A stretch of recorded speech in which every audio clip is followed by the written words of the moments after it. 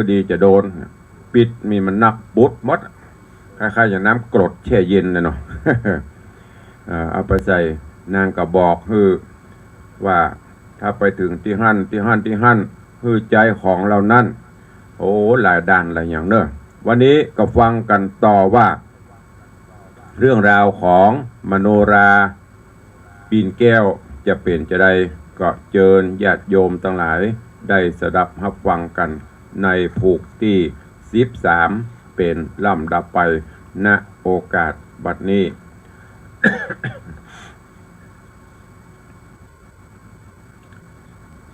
นะโมตัสสะภะคะวะโตอะระหะโตสัมมาสัมพุทธัสสะ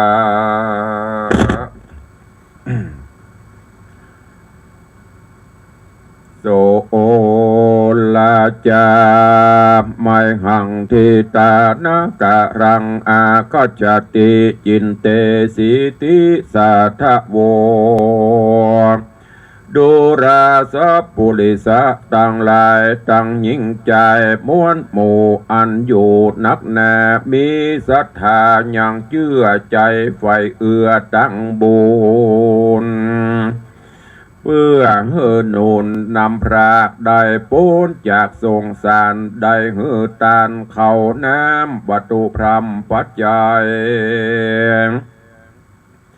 ศีลดวงใส58ได้โกดแขวดหักษาป้ากันอยู่ทาฟังธรรมจุงดาจำติดต่ออย่าฮือขาดคอบทใดลำดาไปหน้าบานี้แดดเตอโสละจาอันว่าพญาอุตุมพราชป้อนางน้อยนาฏมโนราหูว่าทิดาตนมารอดเวียงแก้วยอดปุรีก็มีใจดีโจมจืนปีติตื่นเจยบานมีราชองค์การโอกาสฮืออำมาตย์เตรียมใจได้เรียวไว้รีบหาวไปบอกกล่าวขี้ญาฮือราชธิดายังผ่อนอยู่นอกบ่อนเวียงใจเหตุว่านางไปจอมกว่าอยู่กับโลกลามนุษย์การจักมารวมอยู่กับมวลหมู่กินรีกีกาละกินีตัวถอยจักจองหอยจอมกันแล้วไข่ปันโอกาสบอกอำมาตังตาจังโยธามวลหมู่ได้พรำหูยาวไปว่าฮืดเดียวไว้อย่าจะหาสลาจ้างแปงอันมีแห่งหนุ่มเท่าเอาภาพตัวเต้าอนาฮือรีบมาไววาดฮือแปลงภาษาหอจันกันทวนสาววันก็ฮือแล้วเหตุจักเอานางแก้วธิดามาอยู่พังกาหลังใบแล้วจักมีงานใหญ่สละอาสะทรงอาบยังองค์น้อยนาดฮือสะอาดหมดใสบอกฮือจังไหลตี8อุบาทแขวดตัวมาเคราะห์นาใหญ่น้อยฮือกราดกร้อยหายดีการเต้าปุรีกาวแล้วอำมาตย์เกลและโยธา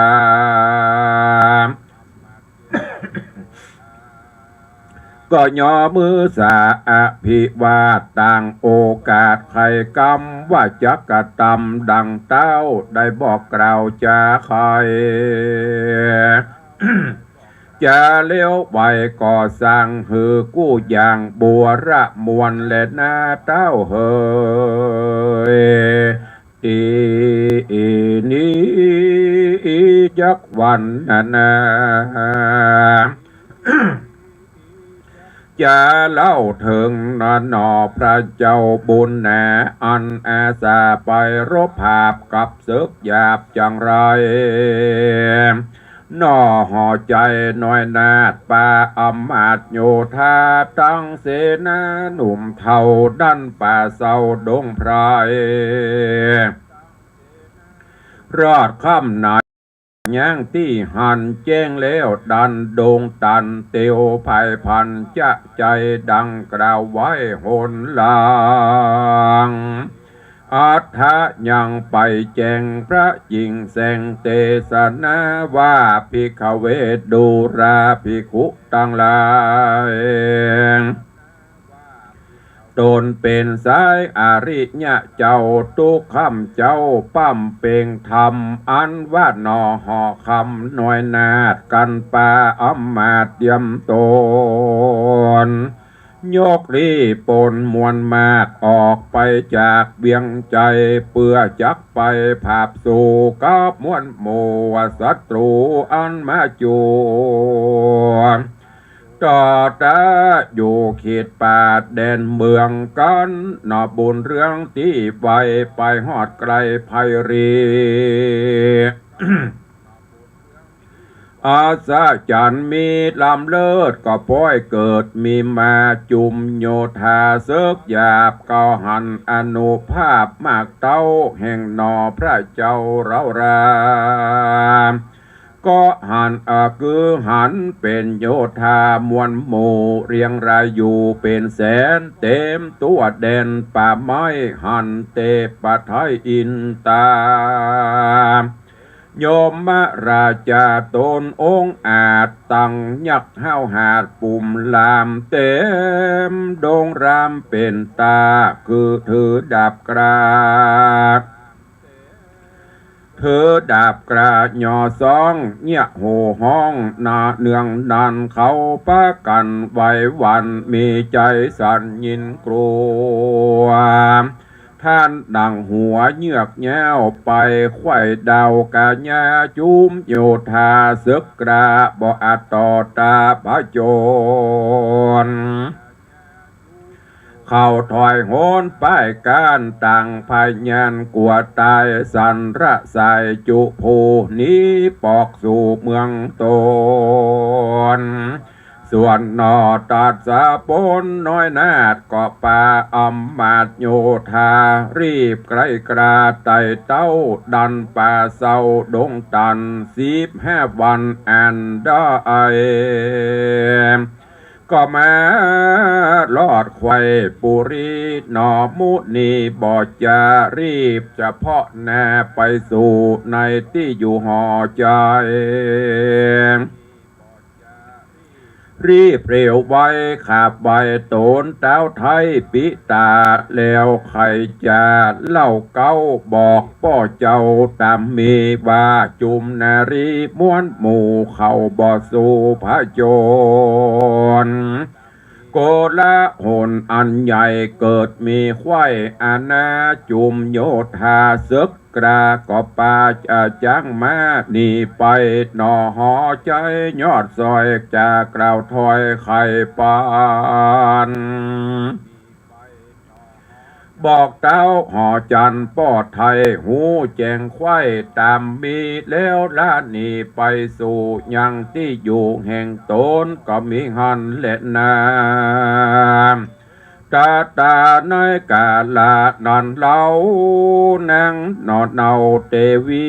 หันหนอมุนีมารอดนางน้อยยอดผู้เป็นแม่บ่เวนเวโศกาก็เข้าไปหาบ่อจ้ากอดลูกลาเจยจมก็ผารมกึดขวาดถึงนางน้อยนาดมโนรา น้ำตาหยวาอาบย้อยเจ้ายอดซอยมุนีหันแม่เตวีห้องให้นั่งอยู่ไกลเจ็ดน้ำตาก็มาสั่งกาแต่เล่าจริงถามแม่เจ้าใส่ใจว่าแม่เป็นสันใดไม่มาดให้ฟาดเครื่องขี่หรือคนบอดีหยาบจ้าจะแจ้งด่าแม่เจ้าเอา ได้โศกเศร้ามองผ่านหรือหมู่คนผ่านหนุ่มเทาเนี่ยเฮือแม่เจ้าเครื่องใจหรือจุ่มคนในมวลหมู่ไขกล่าวโอจาแข็งเป็นกำแดงแต่งเสียบใหม่เฮอแม่ได้ขี่โคมขออุดมแม่เจ้าได้บอกเราใครจะเฮอบูตาลูกน้อยหูเรื่องถอยตามมีแดดเตอเมื่อนั้นนางเตวีน้อยนาจักโอกาสใครปานหัวอกตันลายหลากนางเกิดยากนาดนำดังมีสังคำติดข้างหรือดูกลางคำคอนางสอบอแม่ไทยโอดบ่ได้เหลือใจก็จะใครบอกเราตั้งแต่เก้าสุดไปฮืดหนอบุญภายลูกน้อยได้หูเรื่องถอยจุประการว่าดูราสุธนะกุมารเฮยลูกแม่นับตั้งแต่ลูกละไปภาพศึกกระแดนไก่ก็มีโพยภัยอันใหญ่มาตกใส่ขี้ขาฮือเอามโนราไปสู่ในตีอยู่ปูจายันนางจอมควันยอดซอยได้หูเรื่องถอยมองผ่านบอกกินอาหารเขาน้ำตุกโศกล้ำเครื่องขีมน้ำตามีคำเจ้าถามหาเจ้าบุญแหนบัดนี้แน่นางนาดบ่อยู่ภาษาหอจานบินภายผันไว้ว่องออกจากปองเบ่งจรจากนครบ่จ้าบ่หูกว่าแดนใดการนั่งไข่ก่าวแล้วเจ้าหนอแก้วทะรงยานก็เป็นดังปานฟ้าผ่าเข้าตีกว่าหัวใจก็สลบไปโลมเต้าดินดาวไปมาที่พังกะผาศาสตร์นางน้อยนาเตวีหอนดอมุดีลมเต้าก็เอินเป่าใครจะว่าโวยโวยละอย่าจ้าเจ้านอดละอุดมได้เป็นลมจักตังสู้จุงฟังมาไวจุมคนในหนุ่มเทาได้ยินแม่เจ้าไข่ปานก็ปากันมาสู่ในที่อยู่พังกาเอายาตาตามตัวเอาน้ำหดหัวลูบแน่บ่เนินจ้าก็ฟื้นลุกนั่งคืนมึนตาเจ้าบุญหนาดอดเนาก็ทำแม่เจ้าเตวีว่านางได้หนีไปนะไปอยู่กว่าหน่อยจะนางบุญนาแม่เจ้าก็มาตอบเล่ากามไปว่านางไปไหนไปหูจักมีชีวิตอยู่หรือว่าตายถามคนยิ่งใจใหญ่น้อยบ่หูถอยสันใดเหตุสีไวเหตุสีวันนะไวหนอไทยหากบินใดดังนกกาและนาลูกเฮยตาน้อยกาละนันเราเจ้านอนเนาสุดธนะกุมารตุกมองผ่านเอาไม่เหตุว่าเมียไทยหนีจากลาพรากหายโหน ตุกเลดหล่นหลายแหล่ก็บอกแม่เทวีบาลูกขอหนีจากห้องไปสู่ต้องแดนไกลเพื่อจักไปเสาะไสหาดนางนาไทยมโนราจักปะจาก็ยังไปหูแม่นปะกินกูแล้วเล่าจักปอกเต่าขึ้นหลังมหายังพ่อแม่อันอยู่แก่เบี่ยงใจแม่ลูกไปนาเสาะสอดลาหานางน้อยโด่งขวางป่าไม้ตามเมืองน้อยใหญ่ธานีบ่หันนารีนางนาดลูกบ่อาจปิกคืนมาหาส่องขาพ่อแม่จักตายเตียงแต่เป็นเพียง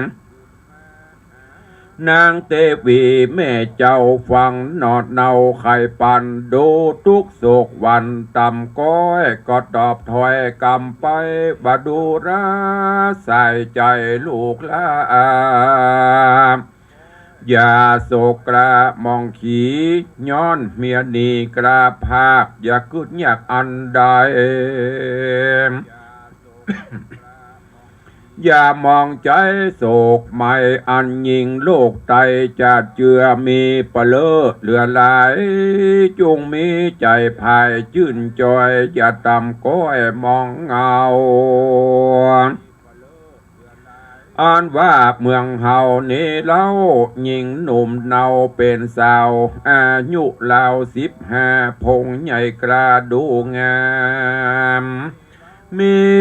หลายลามเหลือแหลดนับบ่แป้สั่งขญาแม่จักหามาไว้ให้ลูกได้เจยโจมนางสะนมอ่านหมื่นเฮือโจมจื่นคืนวันอย่าได้วันไฟห้อยแต่นางอ่อนน้อยมโนลานางบุญนาแม่เจ้าจะลมเล่าเอาใจฮืดหนอห่อใจลูกน้อยใจชื่นจ้อยยินดีกับนารีมวลหมู่อันมีอยู่เพียงใจได้ตัดใจเสียงขาดยังน้อยนาดมโนราอันเป็นเชื้อปักษาถอยจะอยู่คงเขตลากิลีก็มีหันเล่นนานิติตังขีญาสังวันนาวิเศษจากห้องเหตุธรรมเทศนานางมโนราปินแก้วผูก13ตอนที่1ก็บังโกมสมเร็จสเด็จก็วันนี้ได้ฟังมโนราปิ่นแก้วก็จบไปแหมตอน1ขึ้นสู่ยังผูกตี13เรื่องราวในตอนนี้ก็หลังจากตีโพธิสัตว์เจ้าสุทธนะไปอาสาไปรบภาพศึกอริราชศัตรูตีมาประชิดบ้านประชิดเมืองก็พาเราเสนาอำมาตย์ออกไปตั้งในเมืองก็โดนปุพรานปุโรหิตใส่ไข่ใส่ความหาเรื่องหาราวซึ่งป่อพญาได้ฝันก็เอาเข้าตางของเพิ่นเลยเอาคำฝันนั่นมายุโยงปลุกปั่นให้ป่อพญาได้ทำพิธีปูจายันดังที่ได้กล่าวได้เล่าไปแต่ต้นตอนบัดนี้โพธิสัตว์เจ้าสุทธนะไปรบไปปราบอริราชศัตรูหมู่มวลมิตรศัตรูต่างหมู่มวลศัตรูประจามิตรต่างๆจนรับคาบเสร็จสิ้นเรียบหมู่มวลศัตรูประจามิตรต่างๆจนรับคาบเสร็จสิ้นเรียบร้อยก็นำทัพปิกบ้านปิกเมืองความกระทาบถึงในบ้านในเมืองก็ดีจับพอเข้าตัวบ้านตัวเมืองก็ฟังขึ้นไปบนหอใจประสาทใหญ่ไปกราบพ่อกราบแม่พอกลับไปกลับมาโอ้แม่ พญาแม่ตัวเก่าหันใจก็ให้สุทนะก็มาเกิดสังกาใจโอ้อย่างลูกมาเดี๋ยวว่าแม่จะดีอกดีใจแม่อย่างมาให้ก็ไปถามว่าให้อันยังเป็นจะได้มีอย่างกะแม่พญาก็เล่าเรื่องราวต่างๆให้กับสุทนะได้ฟังปรากฏว่าพอได้ฟังปุ๊บกึดขึ้นไปสลบล้มเต่าลงโอ้ตึงหลายก็ตกอกตกใจกะปากันบีบปากันนวดปากันเอาน้ำหดปากันเอายาวอย่างหือดมจนสุทนะเจ้าฟื้นคืนมาแม่พญาก็บอกเล่าขานต่างๆทุกวังสุทนะก็มาคืดว่าโอ้จะอี้บ่ได้ละลูกจะอยู่คนเดียวก็ตึมบ่ม่วนจำเป็นที่จะต้องไปเสาะหามโนราเมียฮักที่ได้จากไปแม่พญาพ่อพญากับปากันเป่าเล่าลมโอ้ลูกเหยบัดทับไปในบ้านในเมืองเฮานี่มีปลาเลอะเจ้าจีจิลิดจีจะลอดจีจะได้มีมดเดี๋ยวแม่จะเสาะมาฮื้อโปติสัตว์เจ้าสุทนะก็บอกฟังบอกเอาบอกว่ามันมีแต่ไม่เหมือนกันคือเปิ้นอาจจะหูหรือเป็นกู้บุญบารมีด้วยกันถึงได้มาพบมาปะกันสุทนะก็จะขอลาพ่อพญาแม่พญาเพื่อที่จะไปติดตามไปเสาะหายังมโนราแม้นว่าจะอยู่ที่ไหนแดนใดก็จะไปตุ้ยหาจนได้แล้วก็บอกคือพ่อแม่ว่าถ้าลูกแบบพบลูกไปเจอมโนราเนี่ยลูกก็ตึงแบบปีกมาเนอะขอตายในป่าเขาลำเนาภัยปุ่นนะปะโถตอนนี้ก็มาเศร้าโศกกากันมาถึงตอนนี้เกินกำลังจะตุยไปเสาะหาเนอะด้วยความฮักอันบริสุทธิ์ที่มีต่อกันเนี่ยญาติโยมทั้งหลายผัวเมียอยู่ด้วยกันเข้าใจกันฮักกันพรากจากกันไปก็ต้องติดตามเสาะหาเพราะเป็นกู้บุญบารมีกันอยู่ที่ไหนก็ต้องไปด้วยกันปะกันคือใดเรื่องราวของมโนราปิ่นแก้วจะเป็นจะได้ก็ให้ติดตามฟังกันในผูกตอบในตอนต่อไปเนอะวันนี้ก็ขอปุ่งวางไว้แต่เพียงเต้าอี้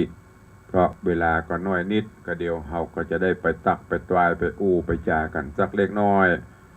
ตามที่ได้ปฏิบัติมาเนาะขอปุ่งวางไว้เนอะฟังแล้วก็แกะกลไกเอาสาระข้อคิดเรื่องราวเอาไปใช้ในการดำเนินชีวิตฟังตัวละครต่างๆในธรรมก็ย้อนเข้ามาตัวเก่าแล้วก็นำไปพิจารณาเนอะฝากไว้กับทุกท่านตัวก็ขอไปตักไปตายครูบาอาจารย์ญาติโยมที่ได้เข้ามาติดตามตั้งหน้าจอ Facebook ไลฟ์ในตอนนี้ก็เนาะแล้วก็เดี๋ยวก็จะได้ไปตักไปตายพี่น้องต่างบ้านต่างจองจะได้ได้จ่าได้สนทนากันเจริญปอนยำเจ้ากับพินานอิโสมเตปินเนอะพิธาจารย์มัคคณายกชื่อดังของภาคเหนือเฮาพินานกับลูกเจ้าเขาว่าพินานก็คือคนที่ผ่านเป็ดตู้เจ้ามาเนอะสถานลูกหลานอาจจะอย่าเพิ่งห้องอย่างนานน้อยพี่น้อยพี่นานนี่เพื่อจะตื่นเจ้าพี่น้อยพี่นานสมัยเก่าเนอะไม่ใช่พี่น้อยพี่นานสมัยปัจจุบันนี่นะพี่น้อยพี่นานสมัยปัจจุบันนี่มีน้อยเพราะพี่น้อยพี่นานรุ่นเก่าๆเนี่ยเพื่อจะเอาวัดกิจวัตรที่เคยปฏิบัติที่วัดมาใช้ตื่นเจ้าไหว้พระสวดมนต์กวาดลานบ้านลานจองเนี่ยอย่างพี่นานล่าโตคนหนึ่งพี่นานอินโสมมันนี่พี่นานดุสิตพี่นานอันหลายๆคนที่พี่นานอาจมันนี่วันนี้เพิ่นจะเอาวัดปฏิบัติที่เคยปฏิบัติที่วัดมาใช้เนอะเจริญพรตัวยามเจ้ากับพี่นานวันนี้หมูปัตตะไลพ่องจ้าเจริญปอนโยมแม่สีนวลหินเขียวเจริญปอนโยมอะไรอย่างเพชรโยมเพชรเจริญปอนคุณโยมใจกับโยมอย่างนี้จักทิพย์ชัยจินดาโอ้โหกว่าจะแปลออกมาได้ภาษาอังกฤษนี่มันอ่านยากนะมันจะภาษาเฮานะภาษาเฮานี่ซื้อกันกันหูเรื่องเจริญปอนโยมสลินทิพย์ บุญเลิศเจริญพรโยมสุปรณีรูมาเจริญพรพินันล่าพินันจรันปิยจันทร์อาสลมปิยจันทร์โดยซิวถวายความเคารพและต้อนรับหลวงพ่อท่านพระครูสถิตเจติยารักษ์กราบไหว้สาเจ้าไหว้สายามเจ้าเจริญพรโยมเพชรเจริญพรโยมชนจันทร์ซอนคำเจริญพรโยมปเลี้ยงธนวัฒน์โยมแม่เลี้ยงทัดพิชาสุสิงคำปเลี้ยงบอกว่ากราบไหว้สาครับไหว้สาเจ้ายามเจ้าท่านพระครูจะได้เตะธรรมให้ฟังสาธุอนุโมทนาขอบคุณกับโยมปเลี้ยงโยมแม่เลี้ยงตัวเนอเจริญพรโยมสังบานจันเกณฑ์เจริญพรคุณโยมสมทรงสิทธิตาเจริญพรคุณโยสุวัดนะถ้าอ่านผิดก็สุมาเนอกราบนมัสการครับผมให้เป็ดตุเจ้า ไว้สาถวายความเคารพมากันเนอเจริญพรโยมแม่จันดีวิสุทธินันท์เจริญพรปิอายุธนาจ้างซอห่างดงวันนี้ไปต่อยเล็ดต่อยเล็ดตั้งได้พ่อมู่จ้างซอตุเจ้าน้ำเหมือนเดียวกันตั้งแต่ตุเจ้ากับพนิมนต์จ้างซอก็ต้องหาไปด้วยกันไปสืบสานอนุรักษ์รักษาวัฒนธรรมประเพณีเจริญพรโยมปี้อัญชลีคำกิติเจริญพรโยมแม่เลี้ยงทัดพิชาสุสิงคำโยมปินายินสมเตปินเจริญพรโยมจันสายแปงหลวงโยมแม่ดาหวันคำวังนี่เป็น FC ตั้งหน้าจอติดตามรับฟังรับชมทั้งภาพและเสียงกันได้ตึงวันเนอะขอขอบคุณอนุโมทนาบุญตัวเองที่สำคัญก็คือขอบคุณอนุโมทนากับท่านผู้อำนวยการทุกสถานีเจ้าหน้าที่ช่างเทคนิคทุกท่านที่ได้คอยอำนวยความสะดวกตัวเองก็จะไปลืมกันเนอะตุลุงก็คงต้องจะประชาสัมพันธ์ตึงวันเนอะจากนี้ไปทุกรายการที่ได้จัดก็คืองานทำบุญของวัดวังสิงคำฝากไว้ในดวงใจฝากบุญกุศลไว้เนอะงานอย่างตุลุงเป็นงานใหญ่งานหลวงงานกินในตานหลวงงานทำบุญปล่อยหลวงจื่อประดอบปล่อยหลวงถ้าเป็นย่องปล่อยหลง งานทำบุญถวายทานเสนาสนะถาวรวัตถุต่างๆของวัดนับตั้งแต่หลวงพ่อพระสิงห์คำที่เขาสร้างด้วยทองคำบริสุทธิ์มาจนถึงล่าสุดท้ายน้องล่าก็คือได้คือลำตำสร้างห้องปลดทุกข์ห้องน้ำห้องสุขาปรับปรุงภูมิทัศน์ต่างๆของวัดถึงมวลเสียงงบประมาณไปอยู่9 ล้านกว่าบาทก็จะได้มอบถวายไว้ในบวรพุทธศาสนาฉะนั้นก็บอกบุญกับญาติโยมทั้งหลายเนอะในวันพฤหัสบดีที่23 กุมภาพันธ์ก็จะได้ยื่นโยงองค์การน้อมถวายเกณฑ์เวรตาลทุกสิ่งทุกอย่างฝากไว้ในบวรพุทธศาสนาโสมเจตนาของท่านเจ้าภาพแล้วก็วันที่24จะเป็นวันตกแต่งดาครัวกินครัวตานที่บ้านที่จองหอมกินหอมตานปีไผ่น้องมันตามจารีตหีดหอยประเพณีที่ได้ปฏิบัติเมื่อก่อนปล่อยหลวงนี่ปีไผ่น้องมันเพิ่นจะมานอนแฮมแก้มมือกับลกแป้งข้าวต้มข้าวหนมตกแต่งดาครัวกินครัวตานแป้งจองลิงจองอ้อยแป้งต้นดอกแต่บัดเดี๋ยวนี้วัฒนธรรมจารีตเหล่านี้ก็เริ่มจะหายไปแต่ก็ยังดีที่พี่น้องไตรักษาไว้จะหันว่าประเด็นนี้คนเมืองเริ่มจางกันไปแต่พี่น้องไตเปิ้นฟื้นขึ้นมาเนอะลองพอเปิ้นแห่ครัวกินครัวตานเนี่ยแมงอีโตพ่องป้อนกินกะลาพ่องกินนาลีอย่างนี้เป็นดีม่วนดีคือเปิ้นแต่งตัวกันเป็นชุดตึงลูกตึงเต้าหามกะโลกหามครัวกินครัวตานสังฆทานไปเป็นขบวนพอแล้วปื้มปีติเนอะตรงกันข้ามคนเมืองเขาบอกเขาเป็นยะมีไผ่ บดาอย่างสักอย่างใครตึ้มมา พี่น้องก็ห่างหากันไปหมดกูมามึงมากูก็ไปมึงไปกูก็มาต่างคนก็ต่างยอมแยมเอาสตางค์ใส่ซองไปตาเนี่ยโอ้มันบักคือเฮ้ยมันบักปีติเสียจะได้แห่กับแม่ไปเจ้าเฮ้ยเอาเทกแห่ปโถธโมสังโฆต้นเดียวแล้วและแล้วแหล่นหม้อบวมหม้อไหครัวเบิกอันนั้นก็เอาม่วนเห็นมั้ยม่วนก็ม่วนเกิน11 โมงเที่ยงคืนก็แห่เต้นก็อยู่นั่นต้นเดียวเงียบก็ฝากไว้เนอะอันใดควรอันใดบ่ควรรักษาหีดหอยประเพณีเฮาเนอะวันที่24 ดาวันที่25เนอะเพิ่นจะแห่ครัวกินครัวตานของศรัทธาเข้าวัดแล้วก็มีหัววัดบางส่วนวันที่26วันสุดท้ายวันอาทิตย์ก็แห่แห่นแต่นแต่ครัวกินครัวตานเข้ากินเข้าห่วมตันเติงเป็นหัววัดเนอะตุลุงก็บอกบุญเชิญชวน FC แฟนรายการทุกบ้านทุกจองทุกท่านทุกคนหากมีโอกาสมีเวลาก็มากินห่วมตันเติงกันเนอะ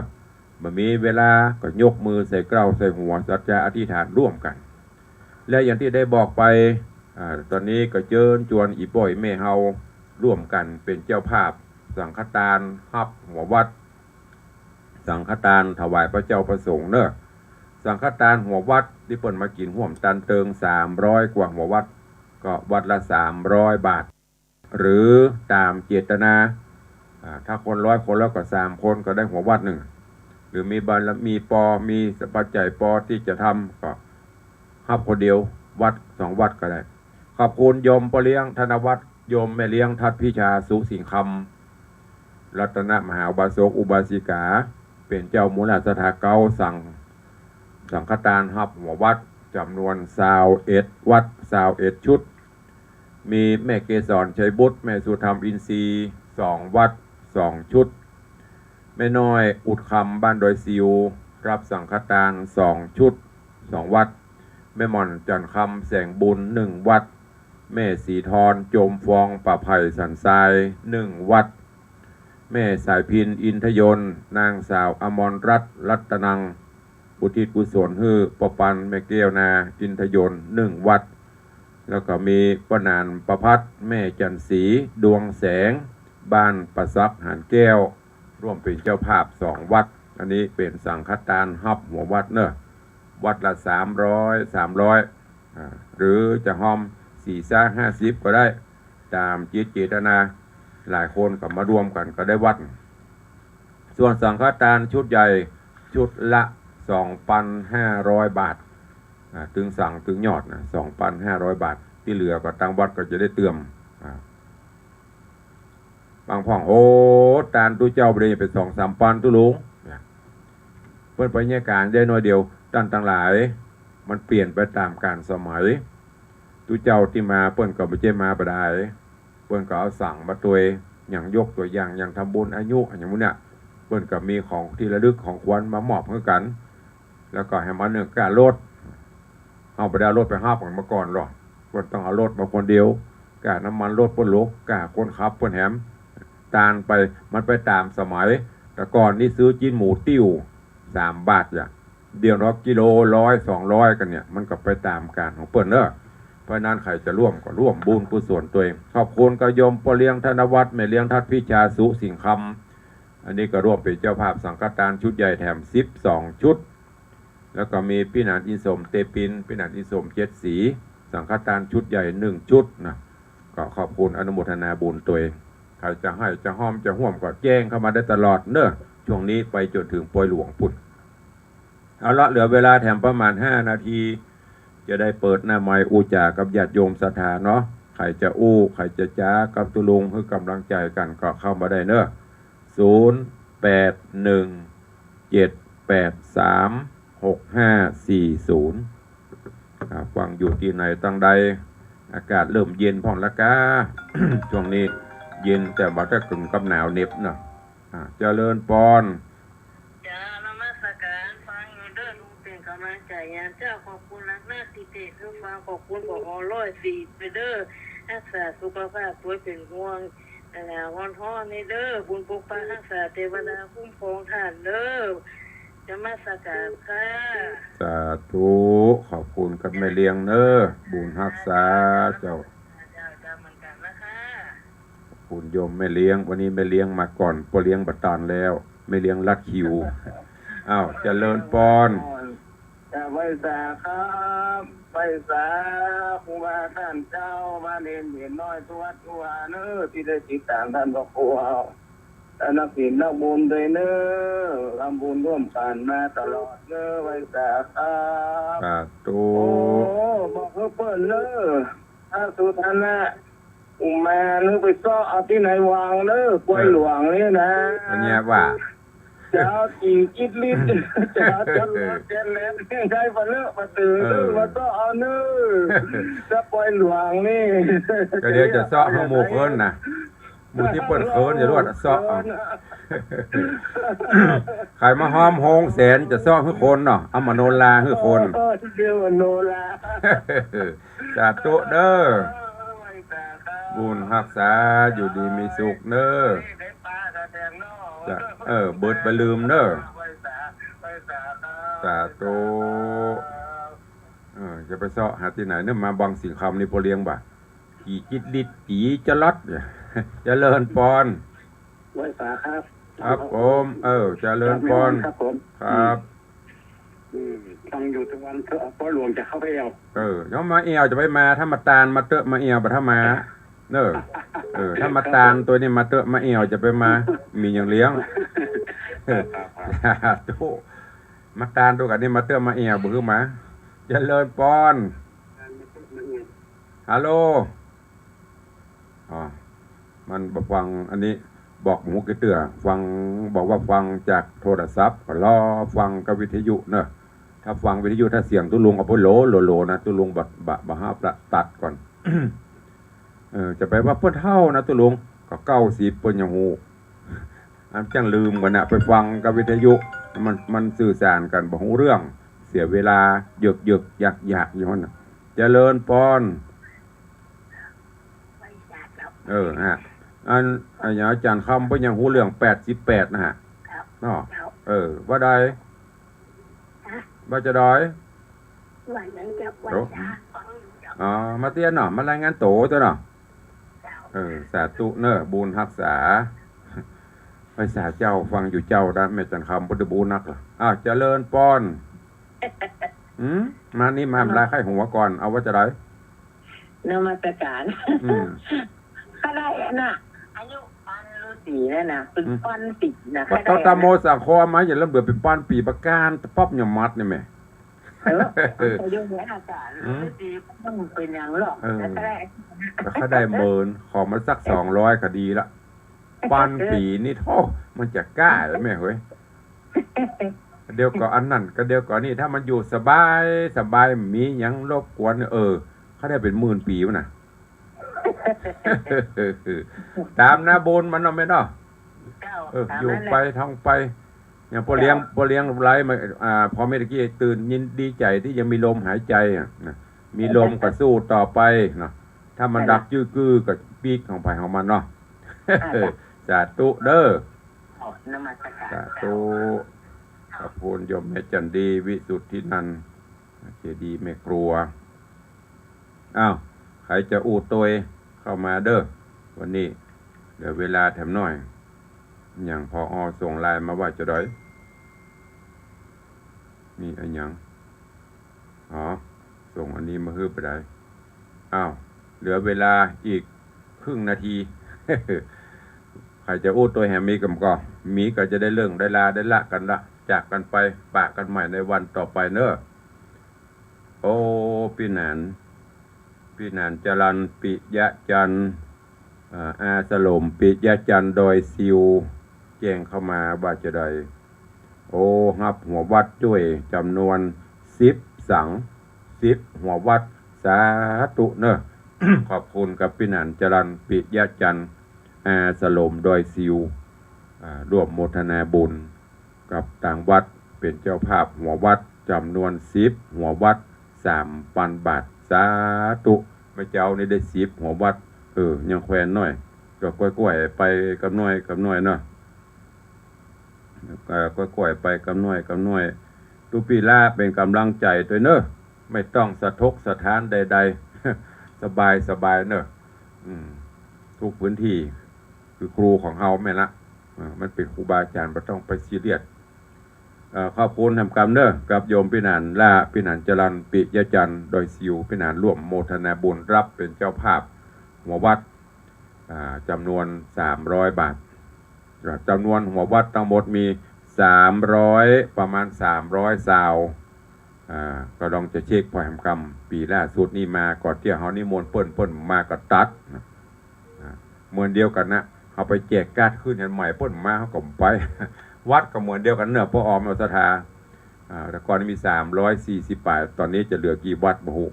ถ้าได้ครบเขาก็ถวายตามนั้นถ้าบักครบก็เฉลี่ยไปตามนั้นเนอะพี่น้องก็รับทราบตามนี้ด้วยเอาแล้วเนาะวันนี้เวลาหมดเวลาก็ขอนำรายการจากทุกท่านไปก่อนปะกันใหม่วันต่อไปเนอะขอความสุขสวัสดีจุ่งบังเกิดมีกับทุกท่านอยู่ดีมีสุขจุ่มเนื้อเย็นใจสุขภาพพระนามัยสมบูรณ์แข็งแรงวันนี้ขอให้ทุกท่านประสบความสำเร็จผลในการดำเนินกิจกรรมต่างๆเนอะจตาโลธรรมาวัตันติอายุวันโนสุขังพลัง